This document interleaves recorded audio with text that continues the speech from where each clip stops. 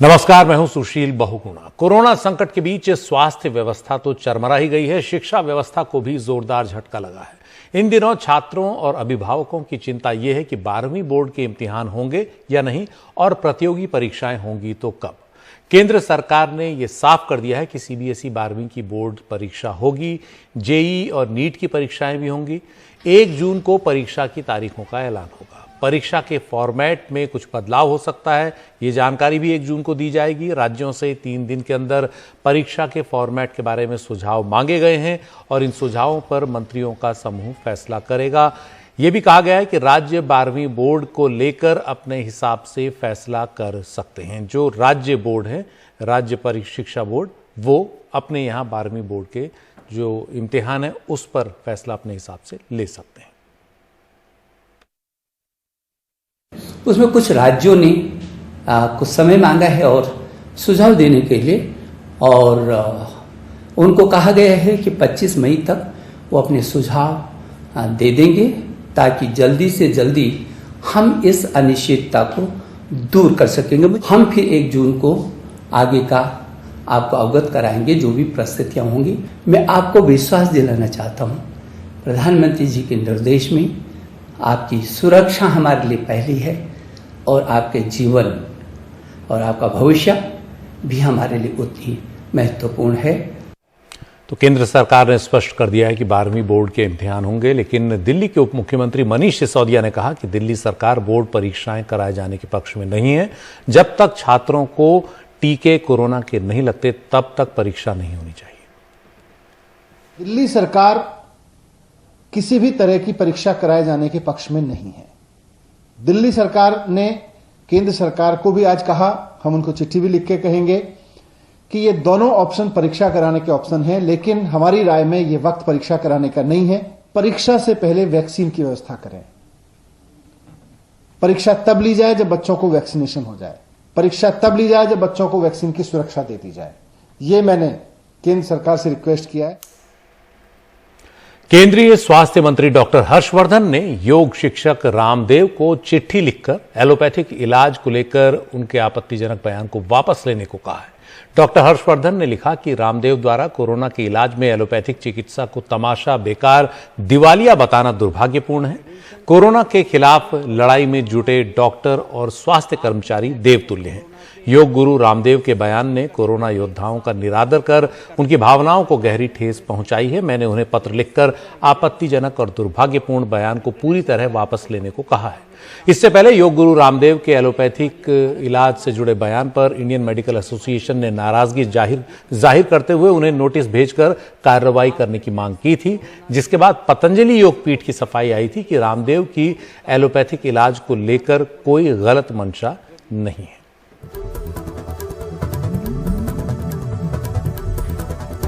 दिल्ली में कोरोना के मामलों में कमी आ रही है, लेकिन केजरीवाल सरकार कोई ढील छोड़ने के मूड में अभी नहीं है। लिहाजा दिल्ली में लॉकडाउन 31 मई की सुबह 5 बजे तक बढ़ा दिया गया है। दिल्ली के मुख्यमंत्री अरविंद केजरीवाल के मुताबिक अगर केस गिरने की दर इसी तरह जारी रही तो आगे अनलॉक की प्रक्रिया पर विचार किया जा सकता है।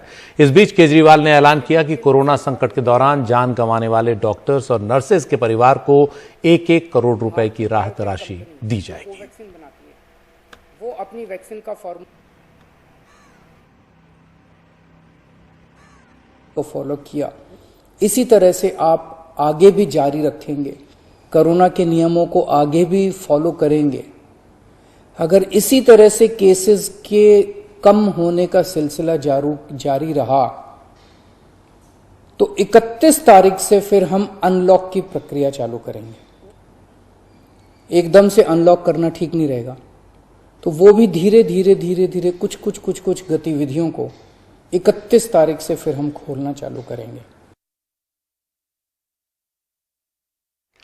कोरोना संकट शहरों कस्बों से निकलकर अब गांवों तक फैल चुका है और ये बड़ी चिंता है, इसलिए भी कि स्वास्थ्य की सुविधाएं वहां और भी सीमित हैं। डॉक्टर्स, नर्सेज हैं ही नहीं, प्राथमिक स्वास्थ्य केंद्रों की हालत खराब है। हम आपको दिल्ली के आसपास के इलाकों के गांवों के हालात से लगातार वाकिफ करा रहे हैं। आज ग्रेटर नोएडा के ऐसे ही कुछ और गांवों का हाल दिखा रहे हैं हमारे सहयोगी राजीव रंजन। ऊंची उगी झाड़ियों के बीच यह है ग्रेटर नोएडा के दादूपुर का प्राथमिक स्वास्थ्य उपकेंद्र। एक कमरे में ताला लगा है और बाकी दरवाजे खुले हैं। साफ सफाई की बात ही क्या करें, किसी भी कमरे में कुर्सी, टेबल या दवा नहीं दिख रही। ऐसे में नर्स और डॉक्टरों को उम्मीद करना भी बेकार है। गांव वालों के मुताबिक 10 साल पहले अस्पताल की इमारत बनी, लेकिन स्वास्थ्य केंद्र कभी खुल ही नहीं पाया। 4-6 डॉक्टर जो गांव में है, पूरा गांव और हमारा एक ग्राम पंचायत का माजरा पवारी, वो पूरा गांव वासी जो झोला छाप डॉक्टरों पर ही निर्भर हैं। 10,000 की आबादी के लिए बना ये स्वास्थ्य केंद्र 10 साल में ठीक से खुल ही नहीं पाया। तबीयत खराब होती है लोगों को तो 8 किलोमीटर दूर दनकौर जाना पड़ता है। इस बीच ताजा कोविड महामारी में गांव के करीब 4 लोगों की मौत हो गई। दादूपुर गांव के सनी के बड़े भाई की कोरोना से मौत हो गई। भाई की शायद जान बच जाती, अगर यहाँ पे डॉक्टर होते तो फर्स्ट एड मिलता, उपचार मिलता तो हो सकता है हमें भागना भी नहीं पड़ता जैसे दिक्कत हुई थी। ग्रेटर नोएडा के ही जॉन चना गांव के प्राथमिक केंद्र भी बीमार है। यहाँ तो आयुष्मान भारत आरोग्य केंद्र का बोर्ड भी लगा है। ये प्राथमिक स्वास्थ्य केंद्र 1960 में बना था। गांव वालों का कहना है कि पिछले 1 साल से यहाँ कोई डॉक्टर नहीं है। पिछले 18 दिनों से तो गेट भी नहीं खुला। खंडर होती इमारत के अंदर इलाज से जुड़ा हुआ जो थोड़ा बहुत साजो सामान है वह भी धूल खा रहा है। कागजों में सर सब चल रहा है इसमें। कागजों में इसमें एम्बुलेंस भी है, बेड भी, इस बेड का हॉस्पिटल भी है। कागजों में तो सारी व्यवस्था है, लेकिन पटल पे कुछ नहीं है। 14-15 गाँव है जी यहाँ जो जाके ऊपर निर्भर है, और आज यहाँ कुछ भी ना। ग्रेटर नोएडा के 5,000 की आबादी वाले गांव भट्टा परसौल के प्राथमिक स्वास्थ्य केंद्र की हालत भी यही है। 2011 में जमीन अधिग्रहण के खिलाफ आंदोलन से ये गांव चर्चा में आया। यहाँ के आसपास के 5 गांवों के लिए 2006 में प्राथमिक स्वास्थ्य उपकेंद्र बना। 2011 में आंदोलन के दौरान इसका ताला कुछ महीने के लिए खुला भी, लेकिन फिर बंद हो गया। सन 2010 से देख रहे हैं कोई डॉक्टर नहीं आता। कभी कभार नर्स आती हैं, वो भी ड्रॉप के लिए, बालकन की ड्रॉप आंगनवाड़ी से, वो भी करके अपना काम करके चली जाती हैं। खंडर होती इमारतों में न दवा, न उपकरण और न ही स्वास्थ्य कर्मी। यह हाल है दिल्ली के आसपास बहुमंजिला इमारतों के लिए अपने खेत जमीन गंवाने वाले गांव का। दूर के गांवों का हाल खुद ही सोच लीजिए। गांव-गांव के जो प्राथमिक स्वास्थ्य केंद्र हैं वो बदहाल स्थिति में हैं और अधिकतर सभी बंद हैं और लंबे समय से बंद हैं। ये सिर्फ कागजों में चल रहे हैं। साफ है, जब तक गांव में बने इन स्वास्थ्य केंद्रों की हालत बेहतर नहीं होगी तब तक देश कोरोना से मुकम्मल तौर पर मुकाबला नहीं कर पाएगा। इसलिए जरूरी है, गांव में कोरोना से मुकाबला करना है, उसको हराना है तो सबसे पहले इन स्वास्थ्य केंद्रों की हालत दुरुस्त की जाए। ग्रेटर नोएडा के भट्टा परसौल गांव से कैमरामैन प्रेम सिंह के साथ राजीव रंजन, एनडीटीवी इंडिया। और अब एक कहानी नायक से खलनायक बनते जाने की। कुश्ती में 2 बार ओलंपिक पदक विजेता और वर्ल्ड चैंपियन रहे पहलवान सुशील कुमार को आखिरकार हत्या के मामले में आज एक अन्य आरोपी के साथ गिरफ्तार कर लिया गया। देर शाम कोर्ट ने दोनों को 6 दिन की पुलिस हिरासत में भेज दिया। पुलिस ने कोर्ट में कहा कि सुशील और उनके साथियों ने मृतक सागर की जानवरों की तरह पीट पीट कर हत्या की। हत्या के बाद से ही सुशील अपने साथी समेत फरार था। कभी अर्श पर तो कभी फर्श पर। कुश्ती में 2 बार के ओलंपिक मेडल विजेता और कई राष्ट्रीय अवार्ड जीत चुके पहलवान सुशील कुमार के साथ यही हुआ है। उन्हें हत्या के एक मामले में दिल्ली पुलिस की स्पेशल सेल ने रविवार सुबह दिल्ली के मुंडका इलाके से गिरफ्तार कर लिया। साथ में हत्या के एक और आरोपी अजय को भी गिरफ्तार कर लिया।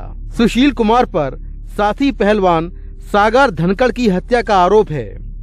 दिल्ली पुलिस का स्पेशल सेल की टीम ने आज अर्ली मॉर्निंग में फरार रेसलर सुशील कुमार और उसका साथी अजय अलियास सुनील को दिल्ली के मुंडका इलाके से गिरफ्तार कर लिया है। दोनों पीएस मॉडल टाउन के एफआईआर नंबर 28/21 धारा 302 इत्यादि में अन्य एक रेसलर की हत्या के मामले में वांटेड चल रहे थे। सुशील के ऊपर 1 लाख रुपया और अजय अलियास सुनील के ऊपर 50,000 रुपया का इनाम घोषणा भी किया गया था। आगे की तफ्तीश अभी जारी है। सागर की हत्या 4-5 मई की रात दिल्ली के छत्रसाल स्टेडियम में हुई। पुलिस को सीसीटीवी फुटेज और मोबाइल फुटेज मिला, जिसमें सुशील डंडा लेकर 4-5 साथियों के साथ आते हुए और सागर की पिटाई करते हुए दिख रहे थे। पुलिस ने एक आरोपी को मौके से ही गिरफ्तार कर लिया, जो कार में छिपा था, लेकिन सुशील फरार हो गया। उसके खिलाफ कोर्ट ने गैर जमानती वारंट भी जारी कर दिया था।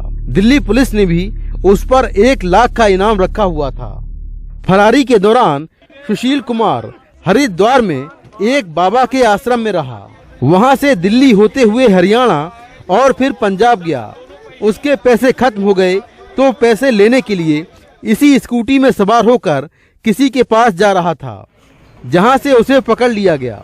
पुलिस के मुताबिक सागर धनखड़ सुशील के मकान में किराए पर रहता था। उसने 1 महीने का किराया नहीं दिया था और इसी को लेकर दोनों के बीच विवाद था।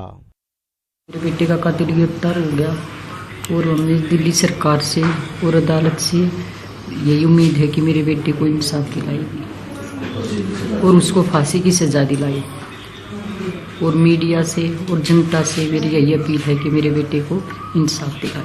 मैं यही हाथ जोड़ के जनता से भी और मीडिया से भी कहती हूँ कि मेरा बेटा चला गया, कहीं और किसी भी माँ का बेटा ऐसे नहीं जाए। पुलिस के मुताबिक सागर दिल्ली के गैंगस्टर काला झटेड़ी का करीबी था, जिससे सुशील कुमार को खतरा है। कुश्ती के क्षेत्र में सुशील पहलवान देश और विदेश से 45 से ज्यादा मेडल हासिल कर चुके हैं, लेकिन एक दिन वो अपने साथी पहलवान के साथ खूनी कुश्ती करेंगे, ये किसी ने नहीं सोचा था। अब पुलिस उन्हें गिरफ्तार करने के बाद उनसे आगे की पूछताछ कर रही है और मामले की जांच को आगे बढ़ा रही है। नई दिल्ली से कैमरामैन पवन के साथ मैं मुकेश सिंह, एनडीटीवी इंडिया। और लॉकडाउन के दौरान कोरोना जांच और ड्यूटी के लिए घर से बाहर निकले एक युवक की पिटाई करने वाले सूरजपुर के कलेक्टर को छत्तीसगढ़ सरकार ने हटा दिया है। रणबीर शर्मा ने दवा लेने के लिए बाहर निकले एक युवक की न सिर्फ पिटाई की बल्कि उसका फोन भी छीनकर तोड़ दिया। आईएएस एसोसिएशन ने भी आईएएस रणबीर शर्मा को फटकार लगाते हुए कहा कि यह सर्विस की सभ्यता और मूलभूत समझ के खिलाफ है। लॉकडाउन में सूरजपुर कलेक्टर रणबीर शर्मा दलबल लेकर सड़क पर निकले। सड़क पर दिख रहे लोगों को रोका, किसी को डपटा, किसी को लपटा। इस लड़के पर खासे खफा हुए। पहले तो लड़के का फोन छीनकर जमीन पर पटक दिया, फिर खुद थप्पड़ जड़ा, पुलिस से भी लाठियां पड़वाई। बवाल हुआ तो कलेक्टर साहब ने रात में माफी मांग ली। मेरा और हमारे पूरे सरकारी अमले का, जिला सूरजपुर के ही नहीं पूरे छत्तीसगढ़ के सरकारी अमले का ये प्रयास रहा है कि हम लोगों को इस आपदा से बचाएं। मेरा कतई ये आशय नहीं था कि किसी का अपमान करना। वो बाइक के ऊपर जो है वो जा रहे थे और मैं उस समय वहाँ मौजूद था। पुलिस वालों ने और हमने जब उनको रोका तो वो रुके नहीं और हमें चोट लगने का डर था।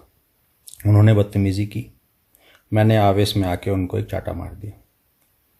मैं माफ़ी मांगता हूं अपने इस व्यवहार के लिए। लेकिन सरकार नहीं मानी। सुबह होते ही तबादला कर दिया। खुद मुख्यमंत्री भूपेश बघेल ने ट्वीट किया। सोशल मीडिया के माध्यम से सूरजपुर कलेक्टर रणबीर शर्मा द्वारा एक नवयुवक से दुर्व्यवहार का मामला मेरे संज्ञान में आया है। ये बेहद दुखद और निंदनीय है। छत्तीसगढ़ में इस तरह का कोई कृत्य बर्दाश्त नहीं किया जाएगा। कलेक्टर रणबीर शर्मा को तत्काल प्रभाव से हटाने के निर्देश दिए हैं। किसी भी अधिकारी का शासकीय जीवन में इस तरह का आचरण स्वीकार्य नहीं है। इस घटना से क्षुब्ध हूं। मैं नवयुवक व उनके परिजनों से खेद व्यक्त करता हूं। कलेक्टर की हरकत पर आईएएस एसोसिएशन ने भी ट्वीट कर खेद जताया। लिखा, आईएएस एसोसिएशन सूरजपुर छत्तीसगढ़ के कलेक्टर के व्यवहार की कड़ी आलोचना करता है। ये अस्वीकार्य है और सर्विस सभ्यता की मूलभूत समझ के खिलाफ है। सिविल सर्वेंट्स को सोसाइटी के प्रति सहानुभूति रखनी चाहिए, खासकर इस मुश्किल समय में। सरकार ने पीड़ित को नया मोबाइल फोन देने के निर्देश भी दिए। ये मेरे को मोबाइल मिल गया है ना? ठीक।